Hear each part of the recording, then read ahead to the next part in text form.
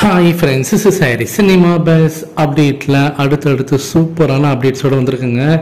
So Ponniyin Selvan படத்துக்காக இப்போ தேசிய விருது வாங்கியிருக்காங்க லைக்கா நிறுவனம். ஸோ சுபாஷ்கரன் அவர்கள் பற்றினாக்கா இதற்கான அந்த அவார்டு டைரெக்டாக பிரசிடென்ட்கிட்டேருந்தே அவர் வாங்கிட்டார். ஸோ இந்த படம் ரிலீஸ் ஆகிற இந்த டைமில் நமக்கு ஒரு பாசிட்டிவ் ஒரு வைப்ஸ் கிடைக்குது அப்படின்னு தான் சொல்லணும். ஸோ லைக்கா நிறுவனத்தோட வேட்டையின் படம் நாளன்னைக்கு ரிலீஸ் ஆகுது. ஸோ இந்த நிலையில் இவங்களோட இந்த அவார்டு வாங்கக்கூடிய இந்த ஒரு நிகழ்வு நம்ம எல்லாருக்குமே ஒரு பாசிட்டிவ் கொண்டாட்டமான ஒரு செலிப்ரேஷன் மூடுக்கு வந்திருக்கு அப்படின்னு தான் சொல்லணும். இந்த நேரத்தில் லைக்கா நிறுவனம் அஃபிஷியலாகவே இப்போ ஒரு ட்வீட் போட்டிருக்காங்க. முதல் முறையாக, அதாவது இருக்கிற எல்லா தடைகள்லையும் ஒட்டச்சி புது ரெக்கார்ட் படைக்கிறது தான் எப்போதுமே தலைவரோட பாலிசி.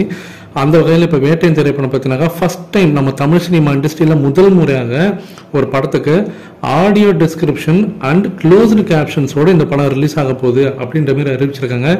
இதற்கான அர்த்தம் என்ன அப்படின்னு சொல்லி பார்த்தீங்கன்னா, ஒரு புதிய முயற்சி நம்ம தமிழ் சினிமாவில் இது வரைக்கும் யாரும் பண்ணாத ஒரு புதிய முயற்சி. காது கேட்காதவங்களுக்கும் இந்த படம் புரிந்து கொள்கிற வகையில் பார்த்தீங்கன்னாக்கா இந்த படத்தோடைய அந்த அவுட்புட் இருக்கும்.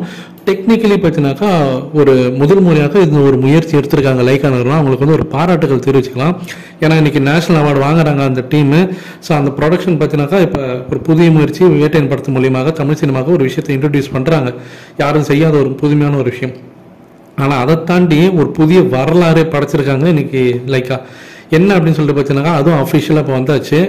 என்ன விஷயம் அப்படின்னு சொல்லிட்டு நீங்கள் பார்த்தீங்கன்னா, மலேசியாவில் இந்த திரைப்படம் பார்த்தீங்கன்னாக்கா இது வரைக்கும் அதிகபட்சமான திரையரங்கில் ரிலீஸ் ஆகக்கூடிய இந்தியன் மொழியில் பார்க்கக்கூடிய படமாக இது இருக்குது. இது வரைக்கும் இந்தியாவிலேருந்து போன எந்த ஒரு மூவின்னு பார்த்தீங்கன்னாக்கா இத்தனை தேட்டரில் அங்கே ரிலீஸ் ஆனதே கிடையாது. 2D ஃபார்மெட்டில் அதிக தேட்டரில் ரிலீஸ் ஆகக்கூடிய இந்தியன் மூவியாக ஒரு புதிய வரலாறு படைச்சிருக்கு இன்னைக்கு மலேசியாவில் வேட்டையின் திரைப்படம். ஸோ இந்திய சினிமாலே நம்பர் 1 பொசிஷன் பிடிக்கிறதுலாம் சர்வ சாதாரணமாக தலைவர் ஜஸ்ட் லைக் தட் அப்படின்ற மாதிரி பண்ணிட்டு போயிட்டே இருக்காரு. மலேசியா எப்போதுமே ரஜினி சாரோட கோட்டை. நான் திரும்ப சொல்லியிருக்கேன், 2.0 படத்தோட ரெக்கார்டு அதுக்கு சாட்சி அப்படின்னு சொல்லணும். இப்போ அந்த ரெக்கார்டு இந்த படம் உடைக்குமா அப்படின்ற ஒரு கேள்வி எழும்பிருக்கு. ஏன்னா இந்தியாவிலே இது வரைக்கும் எந்த படமும் ரிலீஸ் ஆகாத ஸ்க்ரீன் கவுண்ட்டில் இந்த படம் இப்போ ரிலீஸ் ஆக போகுது. எந்தெந்த ஸ்க்ரீன்ஸில் எந்தெந்த தேட்டரில் ரிலீஸ் ஆகுதுன்ற லிஸ்ட்டும் இப்போ வெளியிட்டுட்டாங்க. நீங்கள் எந்த அளவுக்கு எதிர்பார்த்து காத்திருக்கீங்க மலேசியாவில் ஒரு புதிய ரெக்கார்டுக்காக அப்படின்றது கீழே சொல்லுங்க ஃப்ரெண்ட்ஸ்.